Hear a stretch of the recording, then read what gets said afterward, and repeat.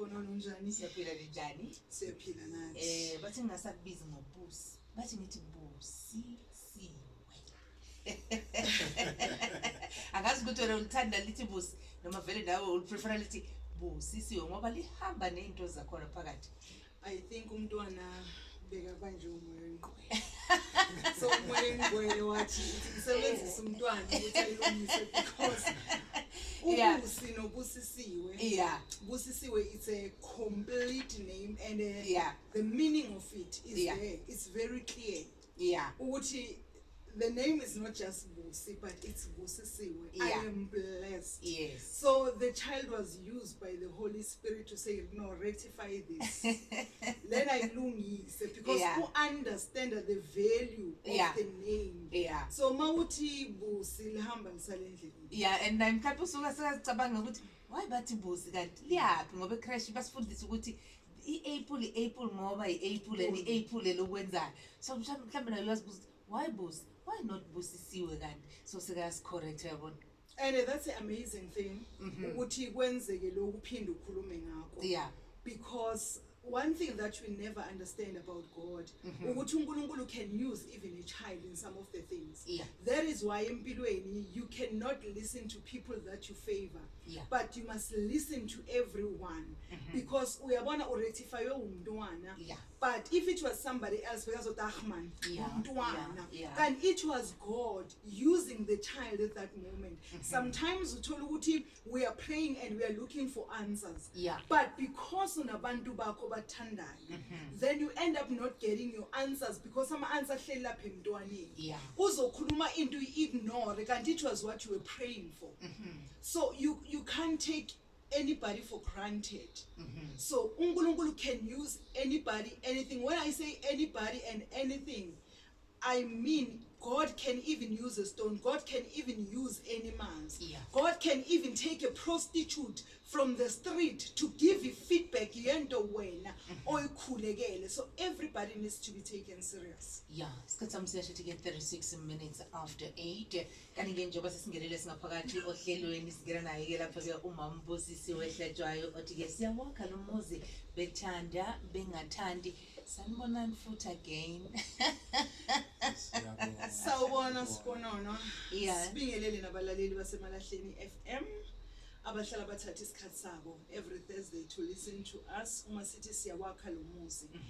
And it is indeed siyawakha because that's the work of God. uNkulunkulu ufuna imishado yethu ihlaliseke kahle. uNkulunkulu ufuna imishado yethu iphilile because umndeni mawungaphilanga then there's a problem. We need a healthy family ukuze abantu bakwazi ukuqhubeka bahambe kahle endleleni. Nazo egameni leNkosi siyabonga. Awusenzele njalo ke baba. Ngibingelele egameni leNkosi yethu Jesu Kristu. Ngaphambi kokuba ngikhumbula sisi Kromdraai. La sasikhuleka khona ngesinye isikhathi. Sasithi masingena lapha bakusukuma izinja bathi lezi zinja ziyalumana zizinja sizohlala la. Sikhuleke sicede masiceda ubona ngazo isukuma zahamba. Ngani ngoba uNkulunkulu uyakhuluma noma kuphi. Imvelo ingeyakhe. Okay. Egameni elihleli namandla kaJesu Kristu uNkulunkulu nomusa siza kuwe. Wethembekile Nkosi sithi yonke imimoya ke baba ibumnyama engahle baba iphazamise bakuhlelo lakho. Sakha lo muzi Nkosi namandla ngendlela yakho Nkosi namandla ukuthi Nkosi namandla silungise ibandla lakho. Wethembekile baba yakho uNkulunkulu ufana nawe. Ubeka ke baba ukhulume ngendlela okhuluma ngayo. Uveze izambulo uveze imfihlakalo zakho egameni namandla kaJesu. Amen. Sibonga kakhulu ke baba ukuthi ke usiphe umkhuleko namhlanje futhi ngiyazi ukuthi ke abantu abaningi badinga ukukuzwa ukukhuleka ngoba abanye bakwazi nokukhuleka abanye basitholi nesikhathi sokukhuleka kodwa nje makazwile nje umsakazweni bese ethi Jehova siyabonga izwi lakho linguyebo futhi linguyes. Usiphatheleni namhlanje mama Busisiwe. Yes, sisaqhubeka ku topic yethu ya last week. Indaba yokuthi yazi ukukhuleka. You know, we explained last week ukuthi sine challenge yokuthi we are being told ukuthi okay hambani nothandaza but sithandaza njani asitshelwa. And last week ngike ngamenshina indaba yokuthi fasting prayer nokufunda izwi kuyizinto ezinzima ukuthi abantu bazenze, but kahle kahle akumelanga abantu kube nzima ukuthi bathandaze. Prayer should be a lifestyle, fasting should be a lifestyle, makufunda izwi should also be a lifestyle. Lezinto lezi ezi3 azihlukani because it's a 3-foot. I3-foot if ungakhipha inyawo eli1 izoluza ibalance. So definitely lezinto lezi zimele ukuthi zenziwe accordingly. And when it comes to prayer, it has to be prayer uze uzluze wena uze ukuthi akuseyimina engikulo mzimba, but somebody has taken over, of which that is the Holy Spirit, that is God. And uma ngabe uNkulunkulu seka take over, umthandazo uyaflowa, umthandazo uyazenzakalela, uthi uhleli ubukela iTV but ufile ukuthi this is the moment where I need to spend time with God. You put your own times down.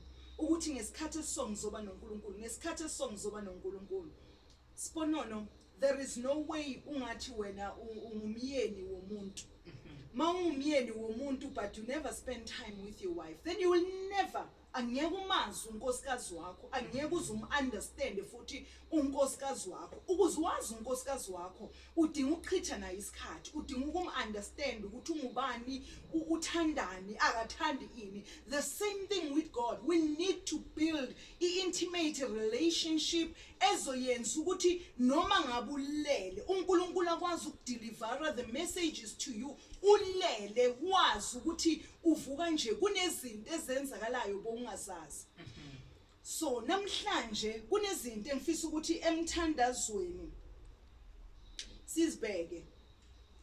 Namhlanje ngifuna sibheke indaba yokuthi ngithandaza uma kwenze njani and angithandazi futhi uma kwenze njani. Last week I did just touch ama base, but namhlanje ngifuna singene endabeni yokuthi when do I pray? Ngithandaza uma kwenzakalani.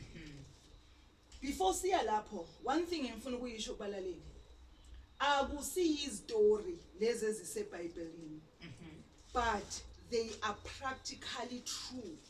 Lo kuyabeka umzekelo wokuthi umuntu okholwayo esikhatheni sanamuhla, I know abaningi bathi lize nabelungu, but the reality ithi most of the things ezikhona eBhayibhelini ezibhaliwe ngamaqhawe asendulo ziyiqiniso, and ziyiqiniso njalo asikho esingamanga, and ziyiqiniso. Into ebalulekile ukuthi abazalwane fanele bazi ukuthi azigcinanga ngabo ungasenzeka nangathi namhlanje. I am a living proof of that yokuthi lezinto ezisezwini akusiyinganekwane, akusiyi story, but it's the practical thing eyenzakalayo. uNkulunkulu bekasibekela umzekeliso ukuthi makathi uMose wabona isihlahla esivuthayo agcinanga ngoMose, ungasasibona nawe leso sihlahla kulesikhathi esiphila kuso. Uma uNkulunkulu wakhuluma noAbraham, uNkulunkulu usakhuluma namhlanje nabazalwane banamhlanje. Inkinga asinasi isikhathi sikaNkulunkulu, we are too busy for God. Kodwa ngenxa yesikhathi, let's just run. Ngithi mina umzalwane uthandaza uma kwenzakalani. Last week ngishilo ngathi ungathi mawu excited bese ugijima uye emthandazweni. Be extra careful ukuthi mawu emthandazweni uye usober. Your mind has to be clear, has to be sober. So mistake number 1, you cannot go to prayer when you are too excited. Lena yona, whether we want to argue it, whether we want to do what, angeke sikwazi uku-argue siponono ngoba sibabonile abantu maba excited. You know, abantu maba excited, they make promises, and when they make those promises, it is very difficult for them to keep the very same promises ebawenzile.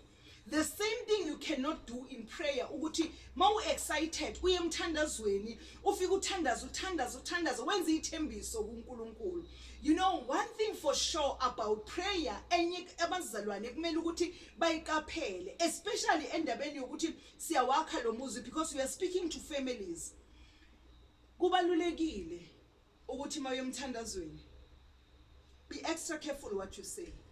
because prayer has the power to hinder you.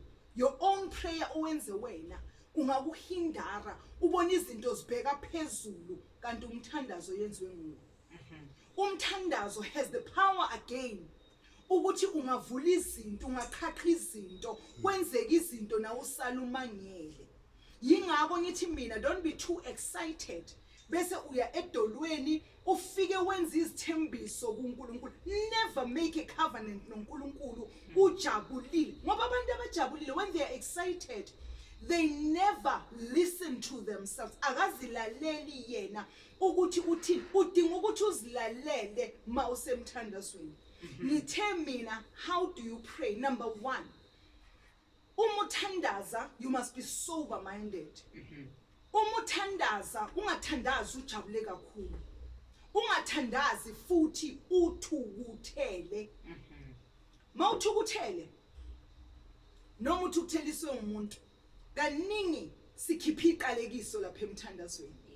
And into ebuhlungu ukuthi le iqalekiso kungenzeka uthukutheliswe umyeni ngenxa yale phuthu umyeni wakhe alenzile, ufuna unkosikazi wakhe alenzile, ugijima emthandazweni. Uyahamba uyosila izinto, uyokhuluma izinto, yenza konke, mara lo muntu okhulekela yena ulandlini uhlala nawe mos.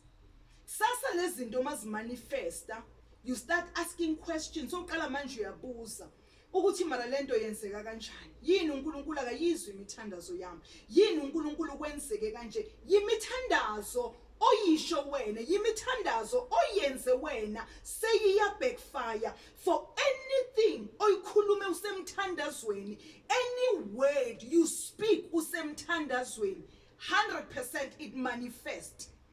When you bow down, every word olikhiphayo liya manifesta. Let me tell abalaleli ngento practical eyenzeka kimi. Normally kunezikhathi zami zokuthandaza that I won't mention, but kunento bengithanda ukuyenza siponono. I will go to God and I will say, God, I am in your presence. Mangeda ngithi baba mina ngiyisehluleki. That's even a statement. And there is nothing wrong about the statement.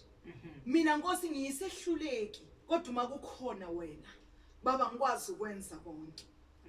One day I was praying entathakusa, and when I was praying, that's when the Holy Spirit started to teach me about the prayers that I'm teaching the learners today, the listeners today. So athi umoya ingcwele kimi asiqale silungise lento ikhuluma emthandazweni. Athi stop, yekela ukuthi wena uyisehluleki. Then wangireversisa wangibuyisela emuva wangikhomba impilo yami. Wathi uyabona zonke lezi zinto zihlulekile, hayi ngoba zihlulekile, but amagama wena bowakhuluma emthandazweni. And akusuye uNkulunkulu owenza ukuthi wena uhluleke, ngoba uNkulunkulu into oyikhulumayo uyayiqonda. Kodwa ngalesikhathi usemthandazweni, uNkulunkulu usuka lalele noSathane usuka lalele. So uSathane ubheka anything angayisebenzisa ukukhindara ephuma emlonyeni wakho.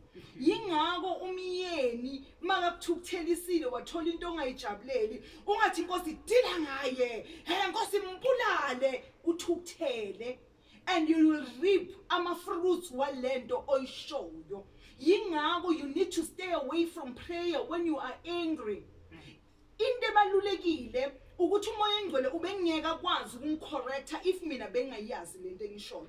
Kunabantu abathandazayo kodwa abazazi ukuthi bathini mabathandaza. So kubalulekile ukuthi mawuthandaza uphinde futhi wena emthandazweni uzilalele, uzizwe.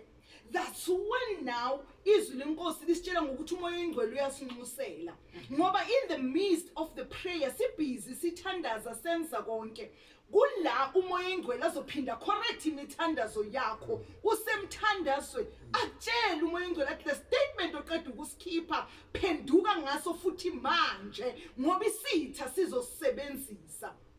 So esikhathini esiningi umuntu impilo yakhe makayiphila, especially kithi amakholwa, uma singabheka impilo yethu amagama thina esiwakhulumayo, imithandazo thina esiyenzayo, bese egcineni mayibackfire asi understand ukuthi ibackfire enjani, ibuye enjani, kwenzeke enjani lokho. Izwi lenkosi mawulifunda kumaHubo 35 lithi okhupha umgodi egubhela omunye kuzowela yena. Manje mawuyemthandazweni uthi uNkulunkulu akabulala indoda yakho. Mawuyemthandazweni uthi uNkulunkulu akadile harshly with your kids. Usuke uthini kahle kahle. So akusuwe othandazayo ukuthandaza intukuthelo. But into ebuhlungu ukuthi le ntukuthelo ethandazayo izo backfire ngoba lento izobuya kuphi izobuya la endlini. Uthola umuntu akhuluma istatement athi hayi ngimthandazele. Yabona mina wami uNkulunkulu ngiyamthandaza. Phela namhlanje ufile. Yabo ufile because mina ngithandazile. It doesn't work like that. God is not like that. But uma sithandaza udinga ukuba sober minded. Listen to what you say in prayer. Umoya engcwele uyamrectify umuntu asemthandazweni, amtshela umuntu asemthandazweni ukuthi indlela othandaza ngayo akusiyo, because umoya engcwele uyo intercede on your behalf ngalento wena oyikhulumile. So yingakho umoya engcwele mawuthandaza naye ukhona as much as uNkulunkulu akhona nesitha sikhona. So makathi phenduka uzama ukukutshela ukuthi vimba lento ukuze ingabi activated, ngoba ungaziyeki ibe activated angeke wena ukwazi ukumelana nayo. So kubalulekile ukuthi abantu bakwazi ukuthi mabathandaza bathandaza one bangekho excited bangekho angry but basober. Umuntu number 2 akazilalele makathandaza. Number 3 umuthandaza imithandazo ayifani. Mawuthandazela umuntu ogulayo kunendlela yokuthandazela umuntu ogulayo. Mawuthandazela umuntu odinga umsebenzi kunendlela futhi ehlukile yokuthandazela umuntu odinga umsebenzi. Mawuthandaza futhi uthandazela umuntu one-challenge yemimoya kunendlela futhi ehlukile. But most of the time sibona ngathi uNkulunkulu uthatha isikhathi ukuphendula. Namhlanje ngicela ukutshela umlalela sekhaya ukuthi uNkulunkulu ngalesikhathi usemthandazweni uNkulunkulu uyezwa, uNkulunkulu futhi uyaphendula instantly. Into evimba uNkulunkulu ukuthi imithandazo ingabi instantly, it's because the way we pray, we're praying the wrong way. One thing that I want to mention ngoba isikhathi sethu vele namhlanje sidlekile. Sponono kuna this prayer we call a direct prayer. Uyabona ungagwali ihlathi uma ngabe ufuna ukukhulekela into. Let me make an example. Na umzalwane uyagula, umzalwane makagula une-cancer. Mawuya kuNkulunkulu ungafiki kuNkulunkulu uqoqa istory, ungafiki kuNkulunkulu uqoqa izindaba. Tshela uNkulunkulu into osengayo. Iya kuNkulunkulu and just be straightforward. Uvela uqonde endabeni baba siphambi kobuso bakho. Nangu uspikiri uyagula baba uspikiri une-cancer. One thing ngizoyibekisa nge-cancer ngoba i-cancer it has different departments. Kunabo womb cancer, kunabo breast cancer, kunani. Know the details of the sickness. That is why we go to the doctor. Bese udoctor asitshela ukuthi adiagnose ukuthi okay une-cancer, maybe le cancer nayo i-prostate cancer. Then mawuthandaza utshela uNkulunkulu baba uspikiri une-prostate cancer. Baba izwi lakho lithi kuJeremiah, uyasiva le statement, lithi kuJeremiah 30 verse 17, wena uyakubuyisela ukuphila kuspikiri. Sponono, there is no way ungeke wathola ama results because the prayer is direct. Uvele waqonda phezu kwenkinga watshela uNkulunkulu. And remember, every time we plan to pray, God already knows what we are going to say. And when you became direct, nesitha sibi namandla. Mawuqeda udeclare the word, you mention the word. uNkulunkulu akaphikisani nezwi lakhe. Umtshelile uNkulunkulu ukuthi uspikiri une-prostate cancer. Wandlula wathi izwi lakho lithi. Now you are binding God ukuthi Nkosi njengoba izwi lakho lithi, we are waiting upon you ukuthi lelizwi manje alimanifeste ukuze lisize ubani uspikiri. And there is no way ama results ungeke uwathole in that case. Why? The prayer was direct and linked to the word. Linamathelene nezwi angeke sikwazi ukukhuleka singenalo izwi masikhuleka. Whether we praying sikhulekela umuntu ogulayo, whether sikhulekela umsebenzi, whether sikhulekela umuntu onezinkinga endlini, kunama scripture that are related nalezo zinkinga lezo. So okumele kwenzeke angeke uthandaze ungamention scripture. When you mention ukhuluma scripture ukhumbuza uNkulunkulu ukuthi inkosi lokhu kunje. And uma umkhumbuza uNkulunkulu uyalihlonipha izwi lakhe. That is why ku Matthew 6 verse 7 uma ngaphosisi lithi izwi lenkosi kodwa nxa nikhuleka ningathemelezi njengabezizwe ngokuba bathi bayakuzwiwa ngokukhuluma kwabo. So it's not about the big words or amagama amaningi kodwa be direct to God. The reality ithi kuyenzeka umzalwane ahlale emthandazweni. Emthandazweni ungahlala even 3 hours. But uthola ukuthi umthandazo wakho awu rotate endaweni eyi1. So lezwi eliqondayo liqonda ukuthi umthandazo wakho uma sowuze wayibeka indaba kuNkulunkulu ungasenawo amagama oqhubekela phambili ungaqhubeki. Kodwa you can stay in prayer for 3 hours. Uthola ukuthi you're praying for different things or for different people. You're praying for all of them. Uthola ukuthi 3 hours iyaphela but kwenzeka lokho uma uholwa umoya okaNkulunkulu. Akumani kuzenzakalela umoya kaNkulunkulu uyakhola aveza usiponono maka drop usiponono ukuthi seku right aveze loya. Uthola ukuthi mawuthi phapha 5 hours iphelile because the Holy Spirit uye bekakuleader. So it is very important ukuthi namhlanje ifocus yethu beyisekutheni abantu one they need to understand ukuthi uthandaza makwenze njani. Every time you've got a problem, you've got everything, you can pray about it. But make sure you are sober. Make sure you are not excited, you are not angry, you are not sad. You know, kunomuntu ozemthandazweni because evuhlungu. And uma sivuhlungu asizilaleli nokuthi sithini kanti we are building our stumbling blocks in front of ourselves.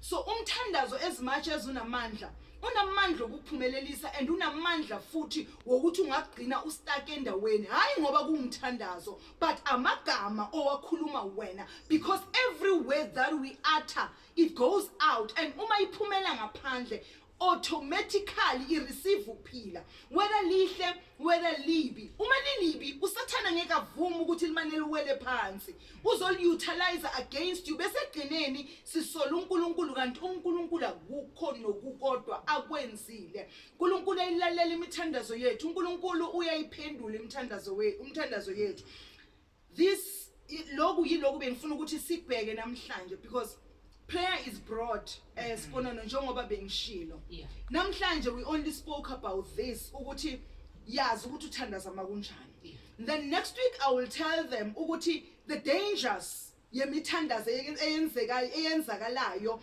ungayinakanga ungazilalelanga wena njengoba ngibenzeli example ukuthi umoya engqole wangireprimanda entathakusa wathi never say this word and mangithi ngibheke emuva ngiyabona ukuthi man I'm doing things but they are falling down along the way only to find ukuthi the enemy was using my own words ukungidelaya kwezinye izinto nokungistopa kwezinye izinto so zikaphele mawusemthandazweni ukuthi uthini so our main prayer today was be direct. That's prayer number 1. Qonda umuthandazela into mase uqondile yilinke nezwi likaNkulunkulu ingahlukani nezwi. Sibonga kakhulu Mambusisiwe. The invitation yabalaleli invitation yabo khumbula ukuthi ke kunomcimbi ngoFebruary. Yes, February 10 sinomcimbi kwabule eNinja will be doing bring your child to the altar. Yes, let's bring our children to the altar. That's the name of the function. Izokala 9:30 ekseni to 12:30. It's only for 2 hours. And engicela ukucela abalaleli ukuthi bangezi nabantwana because the space is not big, but only parents because the most important thing ukuba equipa ukuthi bakwazi ukuyenza lemithandazo bona ngokwabo basemakhaya.